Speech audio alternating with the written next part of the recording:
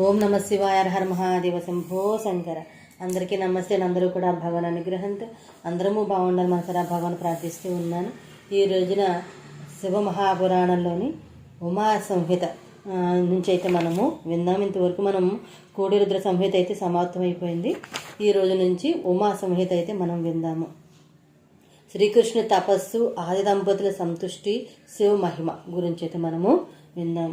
సౌనకాది మహామునులు వీడుకోలు మేరకు సూతం మునీంద్రుడు ఉమా సంహితలోని విశేషాలను ఈ విధంగా వినిపించనారంభించాడు.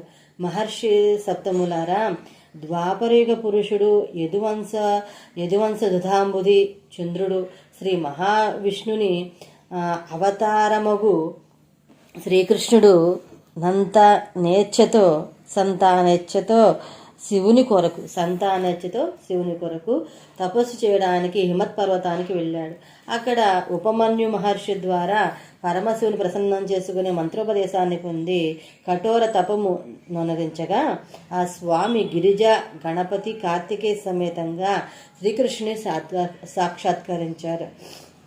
దేవకి నందుడా, దేవదేవుకి శిరస్సు వంచి పాదాభివందనం చేసి పుత్ర సంతానార్థించగానే సకల సంతాపహారయగు సాంబశివుడిలా వరమిచ్చాడు. వాసుదేవ, నీ మనోవాంఛితాలన్నీ నెరవేరుతాయి, బహుసంతాన ప్రాప్తి కలుగుతుంది. నీకు వెంటనే ఒక మహాబలశాలి అయిన ప్రసిద్ధ పరాక్రమవంతుడైన పుత్రుడు జన్మిస్తాడు. వానికి సాంబుడని పేరు పెట్టుకో. ఓ పురాణ పురుష, ఈ సాంబుడు సామాన్యుడు కాడు. ఒకప్పుడు మునులకు సంవర్తక సూర్యునిపై కోపం వచ్చి అతని మనుష్య జన్మనెత్తవలసిందిగా శపించారు. ఆ సంవర్తక సూర్యుడే ఇప్పుడు తన మొత్తం బలంతో నీ ఇంట అవతరించబోతూ ఉన్నాడు. పార్వతీదేవి కూడా శ్రీకృష్ణుని వాత్సల్యంతో చూస్తూ వరబుద్ధి అంటే పరబుద్ధిశాలివి, యుగ పురుషుడవుదనగు నీకు వరాలిచ్చే అవకాశము ఈనాడు నాకు వచ్చింది.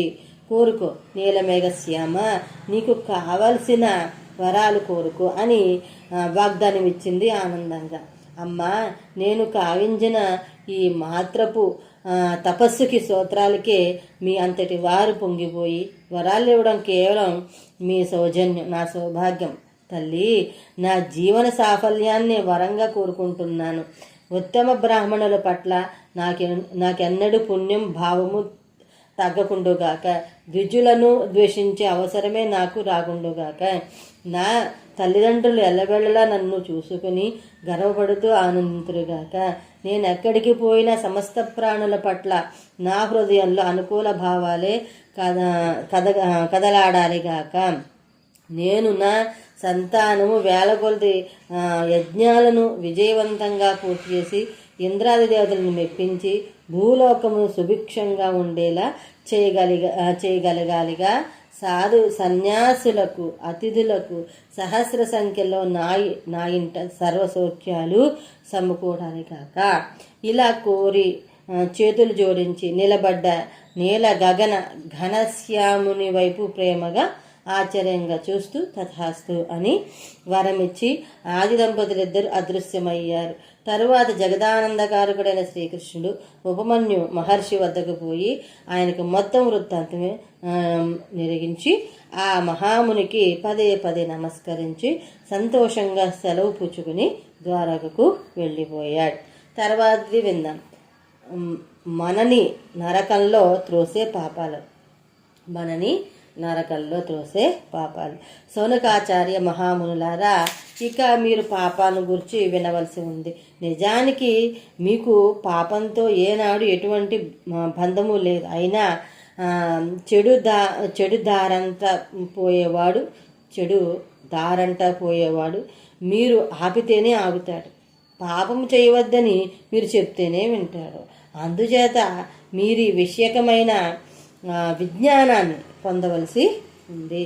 పరశ్రీని పొందాలనే సంకల్పము, పరధనాన్ని హరించాలనే ఇచ్ఛ మనసులో చెడు ఆలోచనని చేస్తూ వాటికి కార్యరూపము ఎలా తేవాలనే ఎప్పుడూ ఆలోచిస్తూ ఉండడం, చెడ్డ పనులు చేయడంలో పట్టుదల, ఈ 4 మానసిక పాపకార్యాలు, అసంగత ప్రలాపం, అసత్య భాషణం, ఎదుటివారిని బాధించే మాట్లాడడం, చాడీలు చెప్పడం, ఇవి మాట ద్వారా చేసే పాపాలు. అభక్ష్యభక్షణం, ప్రాణులను హింసించడం, ఇతరుల ధనను అపహరించడం, ఇలాంటి శారీరక పాపకర్మలు. ఇలాంటి కర్మను ఆచరించేవారు, పరమశివుని ద్వేషించేవారు నరక సముద్రంలో పడిపోతారు. వీరి పడవ చాలా బరువు. శివ జ్ఞానోపదేశాన్ని ఇచ్చే తపస్విని గురుజనులను, తండ్రి తాతలను నిందించే ఉన్మత్త మనుష్యుడు కూడా నరక సముద్రంలో పడిపోతాడు. బ్రహ్మ అంతకుడు, మద్యపాయి, బంగారము దొంగ, గురుపత్నిని లోపరుచుకున్నవాడు. వీరితో స్నేహం చేసేవాడు. పంచమహాపాతకులు, పాపులందరిలోకి పెద్ద పాపులు వీరే. ఒక బ్రాహ్మణునిపై అకారణంగానో సకారణంగానో క్రోధ లోభ భయ ద్వేషాలను పెట్టుకుని వాని హత్యకు ప్రణాళిక వేసిన వాడు కూడా బ్రహ్మహత్యాపాతకుడు అవుతాడు. బ్రాహ్మణులను పిలిచి అందరూ చూస్తుండగా దానమిచ్చి ఎవరూ లేనప్పుడు దానిని లాగుకున్నవాడు, నిర్దోషిపై నేరాన్ని ఆరోపించి వానిని మనసును క్షోభపెట్టినవాడు, నీరు త్రాగుతున్న ఆవుని గురువు దగ్గర ఉపదేశం పొందుతున్న ద్విజుని అదిలించి బెదిరించి ఆ పనులను విఘ్నములను కలుగజేయువాడు, గో వినియోగానికై ఎవరు దానమిచ్చిన భూమిని ఆక్రమించేవాడు, దేవ బ్రాహ్మణ ధనాన్ని అపహరించిన వాడు కూడా బ్రహ్మహత్య చేసిన వానితో సమానులైన మహాపాతకులే. వ్రత నియమ యజ్ఞ సంకల్పాలను చేసుకుని మధ్యలో మానివేయట మద్యపానంతో సమానమైన మహాపాపం. అలాగే ద్విజుడై ఉండి పంచ మహాయజ్ఞాలను అనుష్ఠించకపోవట కూడా అట్టి మహాపాపమే. తనకు రెక్కలు రాగానే తల్లిదండ్రులను వదిలివేయుట, అబద్ధపు సాక్ష్యాన్ని ఇచ్చుట, బ్రాహ్మణునికి వాగ్దానం చేసి దానిని తప్పుట కూడా బ్రహ్మహత్యతో సమానాలే. వనంలో స్వేచ్ఛగా తిరిగే నిరపరాధ జీవులను చంపడం, గోమార్గంలో వనాల్లో గ్రామాల్లో అగ్ని ప్రమాదాన్ని కలిగించడం కూడా బ్రహ్మహత్యాపాతకంలో సమానమే. బ్రహ్మహత్యాపాతకంతో సమానమే. బ్రహ్మద్రవ్యాపహరణము, ప్రత్యార్జితాన్ని సమానంగా పంచకుండా అన్యాయం చేయడము, మిక్కిలి గర్వపు పోతు తనము, నిత్యక్రోధము, నాస్తికతను ప్రచారం చేయట, కృతజ్ఞత పినాసితనము, సత్పురుషులను ద్వేషించుట, పరస్త్రీ సమాగమనము, కన్యలను చెడగొట్టడము, యజ్ఞాల్లో తోటలను, అడవులను, సరోపరాలను, మనుష్యులను అమ్ముకోవడము, తీర్థయాత్ర, ఉపవాసము, ఉపనయనము చేయించడానికి బేరసారాల ద్వారా లాభం పొందడం, ఆడుదాని సొమ్ము తింటూ బతికేయడం, అవకాశం ఉన్న ఆడదాన్ని కాపాడకపోవడం, స్త్రీలోత్వము, అవసరమైన బ్రహ్మచర్యాన్ని, వ్రత నియమాలను పాటించకపోవడం, దేవతలను, బ్రాహ్మణులను, అగ్నిని, గురువులను, సాధువులను నిందించడం, పితృదేవయజ్ఞాలను మానివేయడం, విహిత కర్మలను చేయకపోవడం, అబద్ధాలాడడం, వీటన్నింటినీ ఉపపాతకాలుగా ధర్మశాస్త్రాలు నిర్ణయించాయి.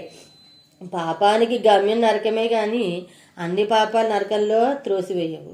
మహర్షులారా, ఈ క్రింది పాపాలు మాత్రము ఎవరైనా నరకాయుముల్ని పడేస్తాయి.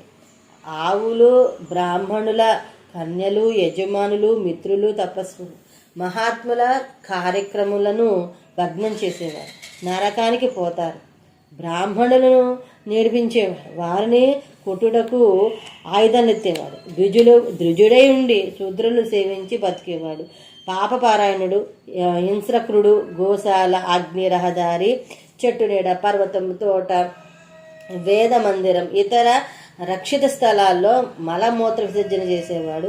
వెదురు కర్రలతోనూ, ఇటుకలతోనూ, రాళ్లతోనూ, కట్టెలతోనూ, కొమ్ములతోనూ త్రోవను అడ్డగించేవాడు. ఇతర పొలాల హద్దులను మార్చేసేవాడు. మోసగాడు, ఎవరికి పెట్టకుండా తానొక్కడే తినేవాడు. నియమాలను తానే పెట్టుకుని తానే ఉల్లంఘించేవాడు. సన్యాసం పుచ్చుకొని మరలా కొన్నాళ్ళకి వెనుకకు మరలా సంసారి అయిపోయేవాడు. శివ ప్రతిమను విరుగా కొట్టువాడు. గోవులను హింసించేవాడు. పశువులపై అధికరతమైన బరువును మోపేవాడు. వాటిని సకాలంలో మేతకు వదలనివాడు.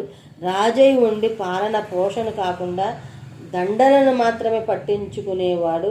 దోపిడీ దొంగల నుండి అవినీతి పరులైన అధికారుల బారి నుండి ప్రజలను కాపాడుని వాడు, సరైన విచారణ జరపకుండా నిర్దోషికి శిక్ష పడడానికి కారణమయ్యేవాడు. వీరంతా నరకగాములే. తర్వాతది పాపాత్ముల పుణ్యాత్ముల యమలోక యాత్ర గురించి విన్నాం. మహర్షులారా, దేహాంతరంలో అందరూ ప్రాణులు ముందు యమలోకానికి వెళ్ళవలసిందే. గమ్యం ఒకటైనా అందరి దారి తీరు మాత్రము ఒకలా ఉండవు. శుభకర్మలు చేసిన వారు సౌమ్యశక్తులు, దయాళులు, మంచివారు సౌభాగ్య మార్గంలో యమపురి తూర్పు ద్వారానికి వెళ్తారు. పాపులు, పాపకర్మ పరాయణులు, దానరహితులు, చెడ్డవారు భయానక మార్గంలో యమపురి దక్షిణ మార్గంలోని ద్వారానికి ఉనపడతారు. మధ్యలోకం నుండి 86,000 యోజనాల దూరంలో ఉన్న ఈ నరక యాత్ర మంచివారికి పెద్దగా దూరం అనిపించదు, కానీ చెడ్డవారు కొనుక్కుపోయబడే భయానక మార్గము వారికి ఒక జీవితకాలమే పుట్టినట్లుంటుంది. ఆ మార్గం వాడిగా మనదేలి అడుగుల కొద్దీ పొడవున్న మొళ్లతో నిండి ఉంటుంది. వానిపై నుండి నడుచుకుంటూ పోవలసిందే, మరో దారి లేదు. మధ్యలో కంకర రాళ్ళు ఉంటాయి. అవి కాలికి తగిలినప్పుడల్లా ముళ్ళ గాయాలు రేగిపోతూ ఉంటాయి. ఆపై సూదిగా మొనదేలిన కత్తుల్లాంటి రాళ్ళు ఉంటాయి. అవి మంటల్లో కాగుతున్నట్లు ఉంటాయి. వాటిపై కాలు వేయక తప్పదు. బాధ ఎంత భరింపలేనంత ఎక్కువగా ఉన్న జీవికి తెలివి తప్పదు, ముందుకు పోగా తప్పదు. యమలోకాన్ని చేరుకున్న తర్వాత మంచివారికి దర్శనమిచ్చే యమధర్మరాజు సూర్యుని వలె మెరుపు తీరం శరీరఛాయతో సర్వకాంచన రత్నాభరణ భూషితుడై వీరు వెళ్ళగానే లేచి ఆసనాన్ని చూపించి కూర్చుండబెట్టి, అప్పుడు తాను తన నవరత్న ఖచ్చితమైన సింహాసనంపై స్వయంగా ఆసీనుడై ఇలా స్వాగత వచనాలను స్నేహపూర్వకంగా పలుకుతాడు. వేదోక్త కర్మానుసారం జీవించి వచ్చిన ఓ మహాత్ములారా, దివ్య సుఖప్రాప్తి కర్వమైనంతగా పుణ్యకర్మలను గావించిన మీరు ధన్యులు. కాబట్టి మీరంతా స్వర్గానికి వెళ్తూ ఉన్నారు. మిమ్మల్ని సాదరంగా అక్కడికి పంపించే అదృష్టం నాకు పట్టింది. మహర్షులరా, మహాపాపులతో యమధర్మరాజు ప్రవర్తన ఇలా ఏమాత్రము ఉండదు. రూపం నుండి అంతా మారిపోతుంది. మేనురంగు నల్లగా కాటుక కొండను తలపిస్తూ భీకరంగా ఉంటుంది. ముఖం క్రూరమై వికరాళంగా ఉంటుంది. నేత్రాలు చింతనిప్పులా రగులుతూ ఉంటాయి. పెదవులు ఒకటి పైకి ఒకటి కిందికి వంగుతున్నట్లుంటాయి. ఆయనకి ఈ వేళలో 18 భుజాలు ఉంటాయి. ప్రతి చేతిలో రక్తం కక్కుతున్న భయంకర అస్త్రశస్త్రాలు ఉంటాయి. ఆయన వీరిని చూసి వికటహాసం చేస్తాడు. అది పిడుగులు కూరుస్తున్నట్లు ఉంటుంది. ఆయన ప్రక్కన మృత్యుజేవత ప్రళయాగ్ని కీలలను వేలార్చుతూ వీరందరినీ ఎప్పుడు కాల్చేద్దామా అని తొందరపడుతున్నట్లు క్రూర రూపాన్ని ధరించి నిలబడి ఉంటుంది. వీరేగాక ఆయుధధారులై భయంకరంగా కనబట్టు రుద్ర గణము మహావీరుని యమదతులు కూడా ఉంటారు. అందరిలోకి ప్రశాంతంగా వెలుగ్గా భగవంతునిలా ఆ నరకల్లో కనబడేది చిత్రగుప్తుడు అక్కడే. ఆయన ఏమాత్రము ఎటువంటి మనోవికారాన్ని బయటపడనీయకుండా ప్రశాంతంగా కూర్చుని అక్కడికి వచ్చిన వారు చేసిన పాపాలను యమధర్మరాజుకు నివేదించి వాటిని తగిన నారకీయ శిక్షణలను సూచిస్తాడు. యమధర్మరాజు శిక్షలు విధించిన పిమ్మట ఆ పాపి ఆత్మ ఆ శిక్షకు తగిన శరీరంలోకి ప్రవేశపెట్టబడుతుంది. యమదూతలు ఆ శరీరాన్ని పట్టుకుని ముందుగా బాగా కాలుతున్న రాతి పలకలపై విసిరి కొట్టడంతో పాపికి శిక్ష అమలు మొదలవుతుంది. ఆ నరకాల పేర్లు ఏంటనేది విందాం. ఘోర, సుదీర్ఘ, సుఘోర, అఖిలాతిథ, అతిఘోర, సమ, మహాఘోర, భీమబల, ఘోర రూప, ఇరుభీమ, తలాతల, దీప్తప్రాయ. ఇవి భయానక, కాళరాత్రి, భయోత్కట, చండ, మహాచండ, చండకోలాహల, ప్రచండ, పద్మ, పద్మావతి, భీత, భీమ, కరాల, వికరాల, కోటి వ్రజ త్రికోణ పంచకోణ సుదీర్ఘ అఖిలార్థిత సమ భీమబల ఇరుభీమ దీప్తప్రాయ. ఇవి 28 అనమాట. రౌరవ నరకం, మహారౌరవ, శీతల ఈ వర్గాలు, ఉష్ణ, సుఘోర, సుమహాతీక్షణ, సంజీవన, మహాతమ, విలోప, కంఠక, తీవ్రవేధ, కరాల, వికరాల, ప్రకంపన, మహావక్ర, కాలసూత్ర, ప్రగర్జన, శుచిముఖ, సునేతి, పాదక, సుప్రపీడన, కుంభీపాక, సుపాక, క్రకచ, అతిదారుణ, అంగారరాశి భవన, మేరు, అశ్రుప్రహిత, త్రిక్షతుండ, సఖుని, మహాసంవర్తక, క్రతు, తప్తజంతు, పంకలేప, ప్రతిమాంస, త్రప్రోద్భవ, ఉచ్ఛ్వాస, సునిరుచ్ఛ్వాస, సుదీర్ఘ, కోటసాల్మిలి,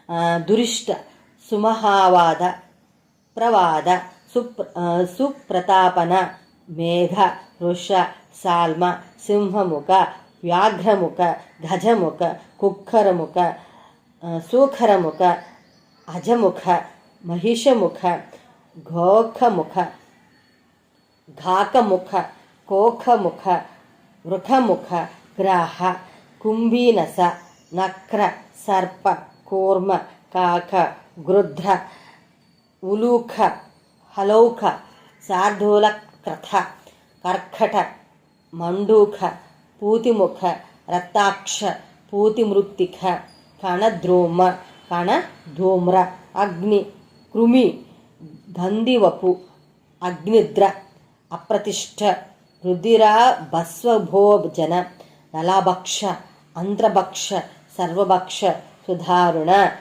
కంటక, సువిశాల, వికట, కటపోతన, అంబరీష, కటహ, వైతిరిణి, సుతప్తలోహశయన, ఏకపాద, ప్రపూరణ, ఘోర, అసితాలవణ, ఆస్తిభంగ, సుపూరణ, విలాస్తస, అసుయంత్ర, కోటపాశ, ప్రమర్ధన, మహాచూర్ణ, అసుచూర్ణ, తప్తలోహమయ, పర్వత, క్షురధార, యమల పర్వత, మంత్రకూప, విష్టాకూప, అశ్రుకూప, శీతలక్షార కూప, ముసలోల కళ, యంత్ర, శిల, శకట, లాంగల, తాళపత్రవన,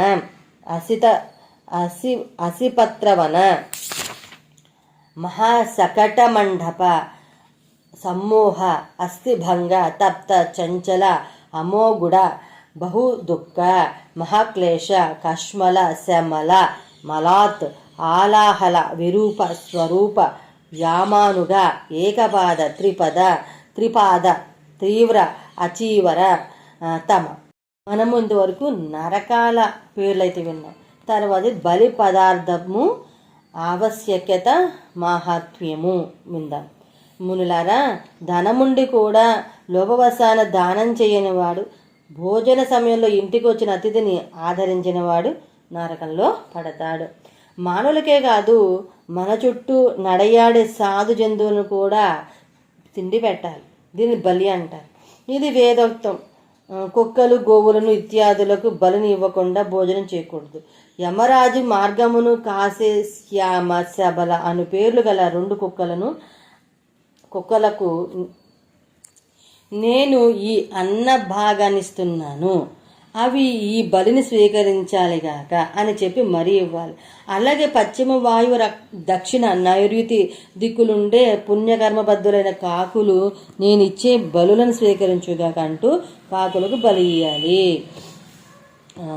ఇలా బలులనిస్తూ అగ్నికి శాస్త్రోక్తంగా హావతనిస్తూ శివమంత్రాలను చదువుతూ బలులను సమర్పించాలి. ముందుగా 4 కోణాలున్న ఒక మండపాన్ని ఏర్పాటు చేసి దాన్ని రకరకాల సుగంధ ద్రవ్యాలతో పరిమళోపేతం చేయాలి. ముందుగా ఈశాన్య కోణంలో ధన్వంతరి, తూర్పు దిశలో ఇంద్రునికి బలిని సమర్పించాలి. అంటే వారి మంత్రాన్ని ఉచ్చరిస్తూ అన్నం ముద్దని మంటప కోణంలో పెట్టారు. దక్షిణ దిశలో యమునికి, పశ్చిమ దిశలో సుదోక్షమునికి, మరలా దక్షిణ దిశలో పితరులకు బలినిచ్చి మరలా తూర్పు దిశలో ఆర్యమునికి అన్న భాగాన్ని అర్పించాలి. ద్వారప్రదేశంలో ధాతకు విధాతకు బలిని నివేదించిన తర్వాత కుక్కలకి పక్షులకి భూమి మీద అన్నాన్ని వేయాలి. ఋషులారా, దేవతలు, పితృలు, మనుషులు, ప్రేతములు, భూతములు, గుహ్యకులు, పక్షులు, క్రిమి కీటకాదులు ఇవన్నీ ఈ భూమిపై గృహస్థునితో బాటే తమ జీవితాలను నడుపుకుంటాయి. అన్నింటినీ కన్నా ముఖ్యమైనది ధర్మస్వరూపమైన